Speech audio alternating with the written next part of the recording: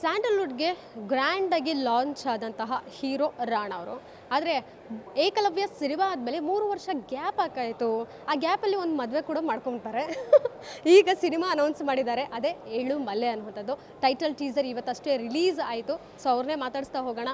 ಯಾಕೆ ಗ್ಯಾಪಲ್ಲಿ ಮದುವೆ, ಹೇಗಿದೆ ಲೈಫ್? ಅಲ್ಲ, ಗ್ಯಾಪ್ ಸಪ್ರೇಟು, ಮದುವೆ ಸಪ್ರೇಟು, ಅದೆಲ್ಲ ಅದ್ರದ್ದು ಟ್ರ್ಯಾಕಲ್ಲಿ ಆಗಿದೆ. ಬಟ್ ಗ್ಯಾಪ್ ಮೇನ್ಲಿ ನಾನು ಆವಾಗಲೂ ಅದೇ ಹೇಳ್ತಾ ಇದ್ದೆ.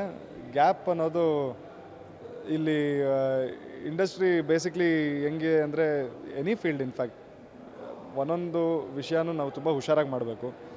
ಕಾಂಪಿಟಿಷನ್ನು ಹಾಗೆ ಇರುತ್ತೆ. ಸೊ ಫಸ್ಟ್ ಸಿನಿಮಾ ಬಂತು ಆ್ಯಂಡ್ ದೆನ್ ನೆಕ್ಸ್ಟ್ ಏನು ಮಾಡೋಣ ಅಂತ ನಾನು ಯೋಚನೆ ಮಾಡಿದ್ವಾಗ ನನಗೆ ಮೇನ್ ಇದ್ದಿದ್ದು ನೆಕ್ಸ್ಟ್ ಏನಿದ್ರು ನಾನು ಕರೆಕ್ಟಾಗಿ ಹೆಜ್ಜೆ ಇಡಬೇಕು ಅಂತ ನನಗಿದ್ದು ಅದೇ ಕನ್ಸರ್ನು. ಬಿಕಾಸ್ ಇವತ್ತಿಂದು ಮಾರ್ಕೆಟ್ ನೀವು ನೋಡಿದ್ರೆ I think quality over quantity. ಅಂದರೆ ನೀವು 3-4 ಏನೋ ಒಂದು ಕೆಲಸ ಮಾಡಿ ಅದೇನೋ ಹಾಫ್ ಆ್ಯಂಡ್ ಹಾಫ್ ಮಾಡೋದಕ್ಕಿಂತ ಒಂದು ಕರೆಕ್ಟಾಗಿ ಮಾಡಿದ್ರೂ ಅದಕ್ಕಾದ ಒಂದು ವ್ಯಾಲ್ಯೂ ಇರೋದೇ ಬೇರೆ. ಸೊ ನನಗೆ ಅದೇ ಇತ್ತು ಮೈಂಡಲ್ಲಿ. ಸೊ ನಾನು ಇವಾಗ ನೆಕ್ಸ್ಟ್ ಹೆಜ್ಜೆ ಇಡೋದು ತುಂಬ ಇಂಪಾರ್ಟೆಂಟ್ ಅಂತ ಗೊತ್ತಿತ್ತು. ಆಮೇಲೆ ಇನ್ನೂ ಕ್ಲಿಯರಾಗಿ ಹೇಳ್ಬೇಕಂದ್ರೆ ಒಂದು 2-3 ರಾಂಗ್ ಹೆಜ್ಜೆಗಳು ಇಟ್ಬಿಟ್ರೆ ನಮ್ಗೆ ಇಷ್ಟನೋ ಇಲ್ವೋ ನಾವೇ ಮನೇಲಿ ಕೂರಬೇಕಾಗತ್ತೆ. ಆ ಥರ ಇದೆ. ಅಂದರೆ ದಟ್ ಈಸ್ ರಿಯಾಲಿಟಿ. ಮಾರ್ಕೆಟೇ ಇರೋದಂಗೆ. It's unforgiving and it's a good thing. ಆ ಥರ ಮಾರ್ಕೆಟ್ ಇರೋದು ತುಂಬ ಒಳ್ಳೆಯದು. ಯಾಕಂದರೆ ಹಂಗಿದ್ರೇ ನಾವು ಎಲ್ಲರೂ ಒಳ್ಳೆ ಕೆಲಸ ಮಾಡೋಕ್ಕೆ ಸಾಧ್ಯ, ಒಂದು ಒಳ್ಳೆ ಪ್ರಯತ್ನ ಆದರೂ ಪಡೋಕ್ಕೆ ಸಾಧ್ಯ. ಸೊ ಅದನ್ನ ಎಲ್ಲ ಮೈಂಡಲ್ಲಿ ಇಟ್ಕೊಂಡು ನಾನು ಓಕೆ ಇದು ಒಂಚೂರು ಟೈಮ್ ತೊಗೊಂಡ್ರೂ ಪರವಾಗಿಲ್ಲ, ಕರೆಕ್ಟಾಗಿ ಮಾಡಬೇಕು ಅಂತ ತುಂಬ ಸ್ಕ್ರಿಪ್ಟ್ಗಳೆಲ್ಲ ನೋಡ್ತಾ ಇದ್ದೆ. ಅದಕ್ಕಾಗಿ ಇಷ್ಟು ಟೈಮ್ ಹಿಡೀತು. ಅದೇ ಟೈಮಲ್ಲಿ ನಮಗೆ ಪುನೀತ್ ಸರ್, ನಮ್ಮ ಡೈರೆಕ್ಟ್ರು, ಮತ್ತು ತರುಣ್ ಸರ್ ಅಪ್ರೋಚ್ ಮಾಡಿಬಿಟ್ಟು ಈ ಸ್ಕ್ರಿಪ್ಟ್ ಬಂತು, ಏಳು ಮಲೆ. ಈ ಸ್ಕ್ರಿಪ್ಟ್ ಕೇಳಿದ್ವಾಗ ನನಗೆ ಅನಿಸಿದ್ದು ಅದೇ, this is the right second script ಅಂತ ನನಗೆ ಅನಿಸ್ತು ಪರ್ಸ್ನಲಿ. ಬಿಕಾಸ್ ಹಾಗಂತ ನಾನು ಇದು ಯಾವುದೋ ಓವರ್ ಕಾನ್ಫಿಡೆನ್ಸಲ್ಲಿ ಹೇಳ್ತಾ ಇಲ್ಲ, ಅಂದರೆ ಆ ಥರ ಅಲ್ಲ. ನಾನು ಹೇಳ್ತಿರೋದು, ನೀವು ಯಾವುದೋ ಒಂದು ಕೆಲಸ ಮಾಡೋಕ್ಕೆ ಹೋದರೆ ನಮಗೆ ಫಸ್ಟ್ ಅದ್ರ ಬಗ್ಗೆ ಒಂದು ನಂಬಿಕೆ ಇರಬೇಕು. ಸೊ ಆ ನಂಬಿಕೆ ಇರೋದು ಏನಿದೆ ಅದು ನನಗೆ ಈ ಸ್ಕ್ರಿಪ್ಟಲ್ಲಿ ಇತ್ತು. ಓಕೆ, ಇದು ಮಾಡಿದ್ರೆ ಚೆನ್ನಾಗಿರುತ್ತೆ, ಈ ಕಥೆನ ಹೇಳಬೇಕು, ವಿಷಯ ಇದೆ ಈ ಕಥೆಯಲ್ಲಿ ಅಂತ ಅನಿಸ್ತು. ಸೊ ಇದನ್ನು 2ನೇ ಮೂವಿ ಥರ ಸೆಲೆಕ್ಟ್ ಮಾಡ್ಕೊಂಡು ಬಂದೆ. ಅದಕ್ಕಾಗಿ ಇಷ್ಟು ಟೈಮ್ ಹಿಡೀತು. ಹೋಪ್ಫುಲಿ ಈಗಿಂದ ಆ ಥರ ಹಿಡಿಯಲ್ಲ, ಬೇಗ ಮಾಡಬೇಕು ಅಂತ ನನಗೂ ಇದೆ. ಪ್ರೊವೈಡೆಡ್ ಅದೇ ವಾಪಸ್ ನನ್ನ ಸ್ಕ್ರಿಪ್ಟ್ ಕರೆಕ್ಟಾಗಿ ಸಿಗಬೇಕು. ಸೊ ನೋಡೋಣ, ಎಲ್ಲ ಕರೆಕ್ಟಾಗಿ ಹಂಗೆ ಬೇಗನೆ ಆಗಲಿ ಅಂತ ನಾನು ನೋಡ್ತಾ ಇದ್ದೀನಿ. ಮೀನ್ ವೈಲ್ ಮದುವೆ ವಿಚಾರ ನೀವು ಹೇಳಿದ್ರಿ, ಅದು ಮದುವೆ ಟೈಮಲ್ಲೇ ಹೇಳಿದ್ದೆ ನಾನು. 7 ವರ್ಷದಿಂದ ನಾನು ಮತ್ತು ರಕ್ಷಿತಾ, ಅವ್ರ ಹೆಸರು ರಕ್ಷಿತಾನೇ. ಸೊ ನಾವು 7 ವರ್ಷದಿಂದ ಪರಿಚಯ. ಸೊ ಅದು ಅದರದ್ದಾದ ಒಂದು ಟ್ರ್ಯಾಕ್ ನಡ್ಕೊಂಡು ಹೋಗ್ತಾ ಇತ್ತು. ಈ ಗ್ಯಾಪಲ್ಲಿ ಮದುವೆ ಆಗೋದು ಒಂದು ಸಂದರ್ಭ ಬಂತು, ಟೈಮ್ ಬಂತು. ಸೊ ಮದುವೆನೂ ಆದೆ ಅಷ್ಟೇ. ಸೊ ನಿಮ್ಮ ಸಿನಿಮಾ ಇರಬಹುದು, ಯಾವುದೇ ಒಂದು ರೀತಿ ಟೀಸರು, ಟೈಟಲ್ ಈಗ ರಿಲೀಸ್ ಆಗಿರೋದು, ಅವ್ರು ಯಾವ ರೀತಿ ನೋಡ್ತಾರೆ, ಏನಾದರೂ ಎಕ್ಸ್ಪ್ರೆಸ್ ಮಾಡ್ತಾರಾ? ಐ ಮೀನ್ ಅಫ್ಕೋರ್ಸ್ 7 ವರ್ಷದಿಂದ ನಮಗೆ ನಾವು ಟ್ರಾವೆಲ್ ಆಗಿದ್ದೀವಿ ಅಂದರೆ ಅವ್ರಿಗೆ ಗೊತ್ತು ನಾನು ಇದೇ ಫೀಲ್ಡಲ್ಲಿದ್ದೀನಿ. ಇದೆಲ್ಲ ಗೊತ್ತಿದ್ಬಿಟ್ಟೆ ನಮ್ಮ ಪರಿಚಯ ಆಗಿದ್ವಾಗಲೇ ನಾನು ಆಲ್ರೆಡಿ ಅಸಿಸ್ಟೆಂಟಾಗಿ ವರ್ಕ್ ಮಾಡ್ತಾಯಿದ್ದೆ, ಅದೆಲ್ಲ ನಡೀತಾ ಇತ್ತು. ಸೊ ಅಫ್ಕೋರ್ಸ್ ಅವು ಇವಾಗ ಯಾರಿಗಾದರೂ ಆಗಿರಲಿ ಒಂದು ಎಕ್ಸೈಟ್ಮೆಂಟ್ ಅಂತೂ ಇದ್ದೇ ಇರುತ್ತೆ. ಇವಾಗ ಅವರು ಒಬ್ಬರು ಫ್ಯಾಷನ್ ಡಿಸೈನರು, ಅವ್ರ ಕೆಲಸ ನೋಡಿಬಿಟ್ಟು ನನಗೂ ಒಂದು ಖುಷಿ ಆಗುತ್ತೆ, ಚೆನ್ನಾಗಿ ಮಾಡ್ತವ್ರೆ ಅಂತ. ಅದೇ ರೀತಿ ಅವ್ರಿಗೂ ಒಂದು ಎಕ್ಸೈಟ್ಮೆಂಟ್ ಇದ್ದೇ ಇರುತ್ತೆ. ಈ ಥರ ಸಿನಿಮಾ ಬರ್ತಿದೆ, ಟೀಸರ್ ಬರ್ತಿದೆ ಅಂದರೆ ಇದ್ದೇ ಇರುತ್ತೆ. ಸೊ ಅದು ಒಂದು ಥ್ರಿಲ್ ಇದೆ ಅವ್ರಿಗೆ. ಗುಡ್, ಅದಿದ್ರೇ ಅಲ್ವಾ ಅವ್ರಿಗೂ ಖುಷಿ, ನಾವು ಮಾಡೋ ಕೆಲಸದಲ್ಲಿ. ಅವಾಗ ನಾವು ಆರಾಮಾಗಿ ಕೆಲಸ ಮಾಡ್ಬೋದು, ಟೆನ್ಷನ್ ಇಲ್ಲದೆ. ಸೊ ಅದಿದೆ, ದಟ್ಸ್ ಗುಡ್. ಸೊ ಅದೇ. ಈಗ ನಿಮ್ಮ ಫಸ್ಟ್ ಸಿನಿಮಾ ಕೂಡ ಲವ್ ಜಾನರಲ್ಲಿತ್ತು, ಈ ಸಿನಿಮಾ ಕೂಡ ಲವ್ ಇದೆ, ಜೊತೆಗೆ ಒಂದಷ್ಟು ಸಂಘರ್ಷ ಕೂಡ ಇರೋ ಅಂಥದ್ದು. ಸಂಘರ್ಷ ಅಂತ ಹೇಳಲ್ಲ, ಅದೇ ಡೈರೆಕ್ಟ್ರು ಹೇಳಿದ್ರು ಅವಾಗ. ಬಟ್ ಏನಂದರೆ ಏಕಲವ್ಯನೂ ಒಂದು ಲವ್ ಸ್ಟೋರಿ ಇತ್ತು. But it was over all commercial entertainer ಅಂತಲೇ ಹೇಳ್ಬೋದು. ಎಲ್ಲ ವಿಷಯಗಳಿತ್ತು ಅದರಲ್ಲಿ. ಒಂದು ಲವ್ ಸ್ಟೋರಿ, ಒಂದು ಅಪ್ಪ ಮಗಂದು ಒಂದು ಸಂಬಂಧ, ಒಂದು ಲಾಯರ್ ಆಗಿ ಅವನಿಗಾದ ಒಂದು ರಿಲೇಷನ್ಶಿಪ್ಪು ಆಫೀಸಲ್ಲಿ, ಎಲ್ಲ ಇತ್ತು ಅದರಲ್ಲಿ. ಹಾಗೆ ಇದು ನೋಡೋಕೆ ಹೋದರೆ ಇದು ಒಂದು ಬೇಸಿಕ್ಲಿ ಥ್ರಿಲ್ಲರ್ ಕತೆ, ಲವ್ ಸ್ಟೋರಿ ಮೇನ್ ಥೀಮ್ ಇರೋದು ಲವ್ ಸ್ಟೋರಿನೇ. ಈ ಹುಡುಗ ಮತ್ತು ಹುಡುಗಿ ಮಧ್ಯೆ ನಡೆಯೋದು ಒಂದು ಲವ್ ಸ್ಟೋರಿಯಲ್ಲಿ, ಬೇರೆ ಏನು ನಡೆಯುತ್ತೆ ಅಂತ ಒಂದು ಕತೆ ಇದು. ಆ್ಯಂಡ್ ನೀವು ಟೀಸರ್ ಇವಾಗ ರಿಲೀಸ್ ಆಗಿದೆ, ಅದರಲ್ಲಿ ನೋಡಿದ್ರೂ ನಿಮ್ಗೆ ಗೊತ್ತಾಗುತ್ತೆ. ಆಮೇಲೆ ನಮ್ಮ ಪೋಸ್ಟ್ರಲ್ಲೂ ಗೊತ್ತಾಗುತ್ತೆ. ಕರ್ನಾಟಕ, ತಮಿಳ್ನಾಡು ಎಲ್ಲ ತೋರಿಸಿದ್ದೀವಿ. ಅಂದರೆ ಒಂದು ಇನ್ಸಿಡೆಂಟ್, ಟ್ರೂ ಇನ್ಸಿಡೆಂಟ್ನ ಇಟ್ಕೊಂಡು ಮಾಡಿರೋ ಸ್ಟೋರಿ. ಅಫ್ಕೋರ್ಸ್ ಇದಕ್ಕೆ ಫಿಕ್ಷನ್ನು ಮಿಕ್ಸ್ ಮಾಡಿಕೊಂಡೇ ಮಾಡಿರೋದು. ಸೊ ಬೇಸಿಕ್ಲಿ ಒಂದು love story is the main core. ಈ ಕಥೆದು. ಲವ್ ಸ್ಟೋರಿ ನಡೀತಾ ಇರುತ್ತೆ. ಮೀನ್ ವೈಲ್ ಈ ಟ್ರೂ ಇನ್ಸಿಡೆಂಟ್ ಹೆಂಗೆ ಆ ಲವ್ ಸ್ಟೋರಿನ ಇನ್ಫ್ಲೂಯೆನ್ಸ್ ಮಾಡೋದು, ಹೆಂಗೆ ಒಟ್ಟಿಗೆ ಹೆಂಗೆ ಹೋಗುತ್ತೆ ಅಂತ ಇರೋದು ಕತೆ. ಅಂದರೆ 3 ವರ್ಷ ಗ್ಯಾಪ್ ಇರೋದ್ರಿಂದ ಅಂದರೆ ನಿಮ್ಮ ಪ್ರಾಸೆಸ್ ನಡೀತಾ ಇತ್ತು ಕೆಲಸ ಎಲ್ಲ, ಬಟ್ ನೀವು ಅನೌನ್ಸ್ ಮಾಡಿರಲಿಲ್ಲ ಆಫಿಷಿಯಲ್ ಆಗಷ್ಟೇ. ಎಲ್ಲ ಒಂದು ಕಡೆ ಆಡಿಯನ್ಸ್ ಅಂದ್ಕೊಂಡಿದ್ರು, ಜೊತೆಗೆ ಪ್ರೇಮ್ ಸರ್ ಫ್ಯಾನ್ಸ್ ಇರ್ಬೋದು, ನಿಮಗೂ ಒಂದಷ್ಟು ಫ್ಯಾನ್ ಫಾಲೋಯಿಂಗ್ಸ್ ಬರ್ತಿತ್ತು. ಇಂಡಸ್ಟ್ರಿ ಬಿಟ್ಟು ಹೋಗ್ಬಿಟ್ರಾ, ಒಂದು ಸಿನಿಮಾ ಸಾಕಾಯ್ತಾ ರಾಣಾ ಅವರಿಗೆ ಹೇಗೆ ಅನ್ನೋವಂಥದ್ದು ಒಂದಷ್ಟು ವಿಚಾರ ಕೇಳಿದಾಗ ಆ ಸೈಲೆನ್ಸ್ ಇರುತ್ತಲ್ಲ, ಆ ಪ್ರೆಷರು ಯಾವ ರೀತಿ ಹ್ಯಾಂಡಲ್ ಮಾಡಿದ್ರಿ ಅಂತ. ಆ ಪ್ರೆಷರ್ ಇದ್ದೇ ಇರುತ್ತೆ. ಆಮೇಲೆ ನೀವು ಹೇಳಿದ್ದು ಕರೆಕ್ಟ್, ತುಂಬ ಜನ ನನಗೆ ಬಂದು ಕೇಳೋರು. ಇವತ್ತು ಇನ್ಫ್ಯಾಕ್ಟ್ ನಾನು ಬಂದಿದ್ದಾಗ ನಮ್ಮ ಶ್ಯಾಮ್ ಸರ್, ಇವ್ರು ನಮ್ಮ ಆನಂದ್ ಆಡಿಯೋ ಅವರು ಬಂದು ಹೇಳಿದ್ರು, ನೀವು 3 ವರ್ಷ ಟೈಮ್ ಹಿಡಿತಲ್ಲ, ತುಂಬ ಟೈಮ್ ತೊಗೊಂಡು ಮಾಡೋದ್ರಲ್ಲ ಅಂತ. ಬಟ್ ಅದೇ ನನ್ನ ಎಕ್ಸ್ಪ್ಲನೇಷನ್ ಅದೇ. ಆ್ಯಂಡ್ ಅಫ್ಕೋರ್ಸ್ ಆ ಪ್ರೆಷರ್ ಅಂತೂ ಇದ್ದೇ ಇರುತ್ತೆ. ಬಿಕಾಸ್ ಇದು ಲೈಮ್ ಲೈಟ್ ಇರೋ ಫೀಲ್ಡು. ಸೊ ಯಾವಾಗಲೂ ಕಣ್ಣಿಗೆ ಕಾಣಿಸ್ಕೊಳ್ತಾ ಇರುವಾಗ ನಡೀತಾ ಇರುತ್ತೆ ವಿಷಯ. ಯಾವಾಗಾದರೂ ಕಣ್ಣಿಗೆ ಒಂದಿಷ್ಟು ಹೊತ್ತು ಕಾಣಿಸ್ಕೊಂಡಿಲ್ಲ ಅಂದರೆ ಅದೇನಾಗುತ್ತೆ ಅಂದರೆ, ಏನು ಇವರು ಮಾಡೋದು ಬಿಟ್ಬಿಟ್ರೆ ಅದೆಲ್ಲ ಬಂದೇ ಬರುತ್ತೆ. ಸೊ ಅದು ನನಗೂ ಫೇಸ್ ಆಯಿತು, ಇವರೇನು ನಿಲ್ಲಿಸ್ಬಿಟ್ರ ಅಂತೆಲ್ಲ ಆಯಿತು. ಬಟ್ ಅದನ್ನ ನಾವು ಪ್ರೆಷರಾಗಿ ತೊಗೊಬಾರ್ದು.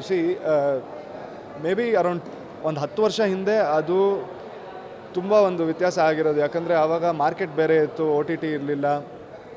ಆಮೇಲೆ ನಾವು ಪದೇ ನಾವು ಸಿನಿಮಾಗಳು ಮಾಡಿದ್ರೂ ಆಡಿಯನ್ಸ್ ಇನ್ನೂ ಜಾಸ್ತಿ ಫಾರ್ಗಿವಿಂಗ್ ಇತ್ತು ಅನಿಸುತ್ತೆ. ಅಂದರೆ ಆ ಟೈಮಲ್ಲಿ ನಾವೊಂದು 5 ಸಿನಿಮಾ ಮಾಡಿ ಅದರಲ್ಲಿ ಒಂದಾದರೂ ಆ್ಯಾವ್ರೇಜ್ ಅಥವಾ ಒಂದು ಡೀಸೆಂಟಾಗಿ ಇರ್ತಾಯಿದ್ರೆ ನಮಗೊಂದು ಲೈಫ್ ಇರೋದು. ಇಮಿಡಿಯೇಟಾಗಿ ಆ ಸಿನಿಮಾ ಜೊತೆ ನಾವು ಇನ್ನೂ 1-2 ಸಿನಿಮಾ ಮಾಡ್ಬೋದು, ಆ ಥರ ಇರೋದು. ಬಟ್ ಇವತ್ತು ನಾನು OTT ಯಾಕೆ ಹೇಳಿದೆ ಅಂದರೆ, OTT ಬಂದು ನಮ್ಮ ಆಡಿಯನ್ಸ್ಗೂ ಎಲ್ಲ ರೀತಿ ಸಿನಿಮಾ, ಎಲ್ಲ ರೀತಿ ಒಂದು ಬರೀ ಸಿನಿಮಾ ಅಲ್ಲ, ಸೀರೀಸ್ ಆಗಿರಲಿ, ಎಲ್ಲ ಒಂದು ಎಕ್ಸ್ಪೋಜರ್ ಸಿಕ್ಕಿದ ಮೇಲೆ ಅವ್ರಿಗೆ ಆಪ್ಷನ್ಸ್ ಜಾಸ್ತಿ ಆಗಿದೆ. ಅದರಿಂದ ಅವರು ನಮಗೆ ಚಾನ್ಸಸ್ ಕೊಡೋದು ಕಡಿಮೆ. ಅಂದರೆ ನೀವು ಚೆನ್ನಾಗಿದ್ದರೆ ನೋಡ್ತಾರೆ, ಚೆನ್ನಾಗಿಲ್ವಾ ನೋಡಲ್ಲ. ಆ್ಯಂಡ್ ಎಲ್ಲದು ಮಾರ್ಕೆಟ್ ಡ್ರಿವನ್ನೇ. ಸೊ ನೀವು ಮಾರ್ಕೆಟಲ್ಲಿ ಪ್ರೂವ್ ಆದ್ರೇ ನಿಮ್ಗೆ ಚಾನ್ಸ್ ಸಿಕ್ಕೋದು. ಸೊ ಹಾಗಿರುವಾಗ ಇವತ್ತು ಅದಕ್ಕೆ ನಾನು ಬಿಗಿನಿಂಗಲ್ಲಿ ಹೇಳಿದ್ದು, ಕ್ವಾಂಟಿಟಿಗಿಂತ ಕ್ವಾಲಿಟಿ ಇಂಪಾರ್ಟೆಂಟು. ನೀವು ಎಷ್ಟು ಕೆಲಸ ಮಾಡ್ತಿದ್ದೀರಾ ಇಂಪಾರ್ಟೆಂಟ್ ಅಲ್ಲ, ಯಾವ ರೀತಿ ಕೆಲಸ ಮಾಡ್ತೀರಾ ಅಂತ ಇಂಪಾರ್ಟೆಂಟ್ ಅಂತ ನಾನು ಅಂದ್ಕೊಂಡಿದ್ದೀನಿ. ನಾನು ಹೇಳೋದೆಲ್ಲ ಸರಿ ಅಂತಿಲ್ಲ, ನಾನು ಅಂದ್ಕೊಂಡಿರೋದು ಅದು. ಸೊ ಅದನ್ನು ನಾನು ಮೇನ್ ಮೈಂಡಲ್ಲಿ ಇಟ್ಕೊಂಡು ಟೈಮ್ ಆದರೂ ಪರವಾಗಿಲ್ಲ ಬಂದರೆ ಕರೆಕ್ಟಾಗಿ ಅಟ್ಲೀಸ್ಟ್ ನನ್ನ ಮೈಂಡಲ್ಲಿ ನನಗೆ ನಂಬಿಕೆ ಇರೋ ಪ್ರಾಜೆಕ್ಟ್ ಮೇಲೆ ನಾನು ಬರ್ತೀನಿ. ಸುಮ್ಮನೆ ಏನೋ ಮಾಡೋಕ್ಕೋಗಿ 2-3 ಹೆಜ್ಜೆ ಇಟ್ಟು ಆ ರಾಂಗ್ ಹೆಜ್ಜೆಗಳಾಗಿ ನಾಳೆ ಅದ್ರ ಬಗ್ಗೆ ಯೋಚನೆ ಮಾಡೋಕ್ಕೂ ಟೈಮ್ ಇರಲ್ಲ. ಹಿಂಗೆ ಮಾಡಬಾರ್ದಾಗಿತ್ತು, ಬಟ್ ಅದು ಲೇಟಾಗಿ ಹೋಗಿರುತ್ತೆ.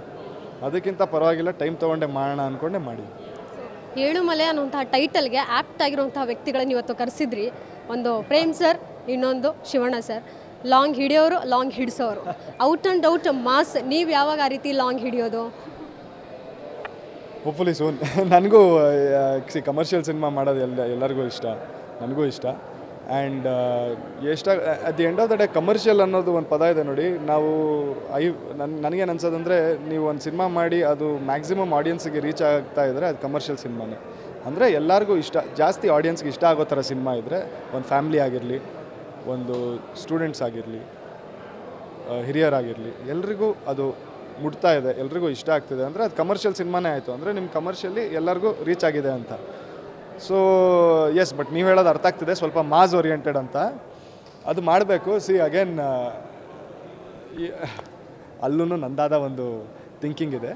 ಅದಕ್ಕೆ ನಾನು ಅಂದ್ಕೊಂಡಿರೋದೇನೆಂದರೆ, ನಾನು ಫಸ್ಟು ಈ ರೀತಿ ಪ್ರೂವ್ ಮಾಡ್ಕೊಬೇಕು, ಒಳ್ಳೆ ಕಮರ್ಷಿಯಲ್ ಸಿನಿಮಾಗಳು ಮಾಡಬೇಕು, ಕಮರ್ಷಿಯಲಿ ರೀಚ್ ಆಗಬೇಕು. ಆವಾಗ ಎಲ್ರಿಗೂ ನಮ್ಮ ಮೇಲೆ ಒಂದು ನಂಬಿಕೆ ಬರುತ್ತೆ, ಓಕೆ ಇವನು ಕಮರ್ಷಿಯಲಿ ಪ್ರೂವನ್ ಪರ್ಸನ್ ಅಂತ. ಆವಾಗ ನೆಕ್ಸ್ಟ್ ನಾವು ಆ ಮಾಸ್ ಸಿನಿಮಾ ಎತ್ತೋ ಕೆಪಾಸಿಟಿ ನಮಗೆ ಬರುತ್ತೆ. ಯಾಕಂದರೆ ನಾವು ಆ್ಯಸ್ ಆ್ಯಕ್ಟರ್ಸ್ ಅದನ್ನ ನಾವು ಮೈಂಡಲ್ಲಿ ಇಟ್ಕೊಂಡು ಮಾಡಿದ್ರೇ ಒಳ್ಳೆಯದು. ಇಲ್ಲಾಂದರೆ ನಮಗದು ಕಮರ್ಷಿಯಲಿ ನಾವು ಅದನ್ನ ವರ್ಕ್ ಮಾಡೋದು ಎನಿ ಪ್ರಾಜೆಕ್ಟ್ನ ನಾವು ಕಮರ್ಷಿಯಲಿ ವರ್ಕ್ ಮಾಡಿದ್ರೇ ₹1 ಹಾಕಿ ₹2 ಎತ್ತಿದ್ರೇ ಅದರಿಂದ ನಮಗೆ ಪ್ರಾಫಿಟ್ ಸಿಕ್ಬಿಟ್ಟು ನಾವು ನೆಕ್ಸ್ಟ್ ಯೋಚನೆ ಮಾಡ್ಬೋದು. ಸೊ ಬೇಸಿಕ್ಲಿ ಅಷ್ಟೇ ಹೇಳ್ತಿರೋದು. ಸೊ ಅದಕ್ಕೂ ಒಂದು ಸ್ಟೆಪ್ ಬರುತ್ತೆ, ಅಲ್ಲಿವರೆಗೂ ನಾನು ಕಾಯಬೇಕು, ಕಮರ್ಷಿಯಲಿ ಪ್ರೂವ್ ಹಾಕ್ಕೊಂಡು ಹೋಗ್ಬೇಕಷ್ಟೇ. ಅಷ್ಟು ಬೇಗ ಮಾಡಿ. ಕೊನೆ ಪ್ರಶ್ನೆ ಏನಂದರೆ, KD ಸಿನಿಮಾ ಬಗ್ಗೆ ಸಾಕಷ್ಟು ಎಕ್ಸ್ಪೆಕ್ಟೇಷನ್ಸ್ ಇರುವಂಥದ್ದು. ಸೊ ಪ್ರೇಮ್ ಸರ್ ಇರ್ಬೋದು, ಧ್ರುವ ಸರ್, ಆ ಕಾಂಬಿನೇಷನ್ ಬಗ್ಗೆ ಹೇಳೋದಾದ್ರೆ. KD ಸಿನಿಮಾ ನಾನು ಒಂದು 2-3 ಸಲ ಹೋಗಿದ್ದೀನಿ ಅಷ್ಟೇ, ಜಾಸ್ತಿ ಹೋಗಿಲ್ಲ. ಬಟ್ ಅಫ್ಕೋರ್ಸ್ ಸಿನಿಮಾ ಬರ್ತಾ ಇದೆ, ಇವಾಗ ಟೀಸರು ರಿಲೀಸ್ ಇದೆ ಅದರದ್ದು, ಇನ್ನು 2 ದಿನದಲ್ಲಿ. ನಾಳಿದ್ದು ಅನಿಸುತ್ತೆ, ಇಲ್ಲ ನಾಳಿದ್ದಲ್ಲ, 10th ಇವತ್ತು 7 ಇನ್ನೂ 2 ದಿನ ಇದೆ. ಹೌದು. ಸೊ ಅಫ್ಕೋರ್ಸ್ ನಾನು ಎಕ್ಸೈಟೆಡ್. ಪ್ರೇಮ್ ಸರ್ ಸಿನಿಮಾ ಅಂದರೆ ಎಲ್ಲರೂ ಎಕ್ಸೈಟೆಡ್ ಆಗೇ ಇರ್ತಾರೆ. ಒಂದು ಮಾಸ್ ಕಮರ್ಷಿಯಲ್ಸ್, ನೀವು ಹೇಳಿದ್ರೆ ಮಾಸ್ ಕಮರ್ಷಿಯಲ್ ಸಿನಿಮಾ ಆಗೇ ಇರುತ್ತದು. So I am also fan ಅಂತಲೇ ಹೇಳ್ಬೋದು. ನೋಡೋಣ, ಕಾಯ್ತಾ ಇದ್ದೀನಿ, ನೋಡೋಣ. Even I am also as excited is you are. ಚೆನ್ನಾಗಿ ಬರುತ್ತೆ ಅಂತ ಒಂದು ಕಾಯ್ತಾ ಇದ್ದೀನಿ, ನೋಡೋಣ. ನಿಮ್ಮ ಫ್ಯಾಮಿಲಿ ಕೇಡಿ ಯಾರು? ಫ್ಯಾಮ್ಲಿಯಲ್ಲಿ ಯಾರೂ ಕೇಳಿ ಇಲ್ಲ ರೀ, ಸುಮ್ಮನೆ ಸಿನಿಮಾಗಳು ಮಾಡ್ಕೊಂಡಿರೋದು ಅಷ್ಟೇ. ಬಟ್ ಇಲ್ಲ, ಯಾರೂ ಇಲ್ಲ. ಯಾಕೆ ಸುಮ್ಮನೆ ನಾನು ಯಾಕೆ ಕಾಂಟ್ರವರ್ಸಿ ಮಾಡ್ಕೊಳ್ಳಿ, ಯಾರೂ ಇಲ್ಲ. ಕೇಡಿ ಅನ್ನೋದು ಕಾಂಟ್ರವರ್ಸಿ ಅಲ್ಲ ಸರ್. ಕೇಡಿ ಅನ್ನೋದು ಕಾಳಿದಾಸ ಸಿನಿಮಾದಲ್ಲಿ ಹೇಳ್ಬೇಕಾ? ಅದೇ ಗೊತ್ತಾಯಿತು. ಓಕೆ, ಜಸ್ಟ್ ನಾಟಿಯಾಗಿ ಹೇಳಬೇಕಂದ್ರೆ ಐ ಗೆಸ್ ಸಮ್ವೇರ್ ಎಲ್ರಿಗೂ ಕಾಲು ಹೇಳ್ಕೊಂಡು ಒಂಚೂರು ಆಟ ಆಡ್ಕೊಂಡಿರೋದು ನಾನಲ್ಲ, ನಮ್ಮ ಅಕ್ಕ ಅನಿಸುತ್ತೆ. ಅವರೇ ಸ್ವಲ್ಪ ಎಲ್ರಿಗೂ ಅಂದರೆ ಅವರಿದ್ದರೆ ಒಂದು ವಾತಾವರಣ ಹಂಗಿರುತ್ತೆ, ಎಲ್ರಿಗೂ ಒಂಚೂರು ಕಾಲು ಹೇಳ್ಕೊಂಡು ಅದು ಇದು ಮಾಡ್ಕೊಂಡಿರ್ತಾರೆ. ಸೊ ಅವರೇ ಸ್ವಲ್ಪ ಕೇಳಿ ಎಲ್ಲ ನಾಟಿ. Done, thank you, all the best. ನಿಮ್ಮ ಸಿನಿಮಾ ಆದಷ್ಟು ಬೇಗ ರಿಲೀಸ್ ಮಾಡಿ ನೋಡೋ ಭಾಗ್ಯ ಆ ದರ್ಶನ ಅಭಿಮಾನಿಗಳಿಗಾಗಲಿ. Thank you so much.